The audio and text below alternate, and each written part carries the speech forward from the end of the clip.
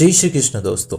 हमारे यहाँ पे कुल के देव और देवियों की पूजने की परंपरा हर एक कुल में होती है, पर जरूरी नहीं कि हर एक के कुल के देव श्री कृष्ण ही हो। कई अलग देवी देवता हो सकते हैं। तो ऐसे में एक कृष्ण भक्त को क्या कुल के देवताओं को भी पूजना चाहिए?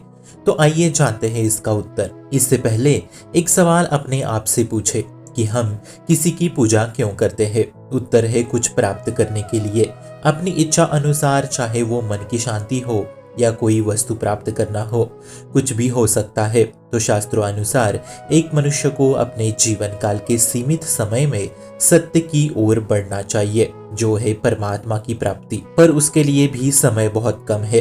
तो गीता के 9वें अध्याय में स्वयं भगवान श्री कृष्ण कहते हैं, देवी देवता अस्थाई है, मैं स्वयं परमात्मा हूँ, मैं ही सबकी मनोकामना पूरी करने वाला हूँ। दूसरे देवी देवता है ही नहीं, क्योंकि वहां भी मैं ही हूँ, पर उनकी पूजा की विधि मुझसे अलग है। इसलिए जो लोग दूसरे देवताओं को पूजते हैं वो कामनाओं में लीन रहते हैं और कभी मुझे जान नहीं पाते, जबकि मैं स्वयं एक ही हूँ, मैं ही मोक्ष हूँ, मैं ही परम सत्य हूँ। तो ऐसे में अगर आपके कुल के देवता सीता, राम, राधा, कृष्ण, विष्णु या नारायण है या विष्णु के अवतार है, तो बिल्कुल ही इनकी पूजा करनी चाहिए। पर उनके अलावा और कोई देवी देवता है तो आपको उससे कुछ भी प्राप्त नहीं होगा, जबकि वहां अस्थायी रूप है। मतलब दूसरे देवी देवता का पूजा करना आपकी कामनाएं बढ़ाएगी और आपके दुख का कारण बनेगी। आप उनसे मन्नत मांगते जाओ,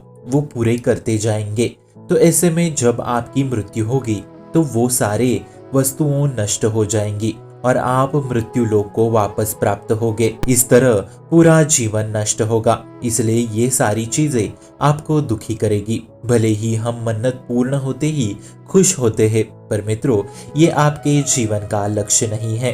क्या करोगे वो धन, क्या करोगे वो सम्मान लेके, जब शरीर के बाद वो भी मर जाएंगे? तो इससे अच्छा जो मरने के बाद भी नहीं मरता वो प्राप्त करे, अर्थात कर्म। कर्म अर्थात श्री कृष्ण भगवान की आराधना, वो ही परम सत्य है। आपको मन्नत ही मांगना है तो भगवान श्री कृष्ण से ही मांगो, वो दे देंगे, पर पहले उनकी शरण ले। साफ साफ स्पष्ट लिखा है गीता में, जो सारे पुराणों का सार है। जो कृष्ण के अलावा जो व्यक्ति दूसरे देवी देवताओं की शरण लेते हैं, उनको पूजते हैं, उनकी ज्ञान का अपहरण हो चुका है। इसलिए वो मूढ़ बुद्धि, मंद बुद्धि है। ये स्वयं पुराणों में लिखा है।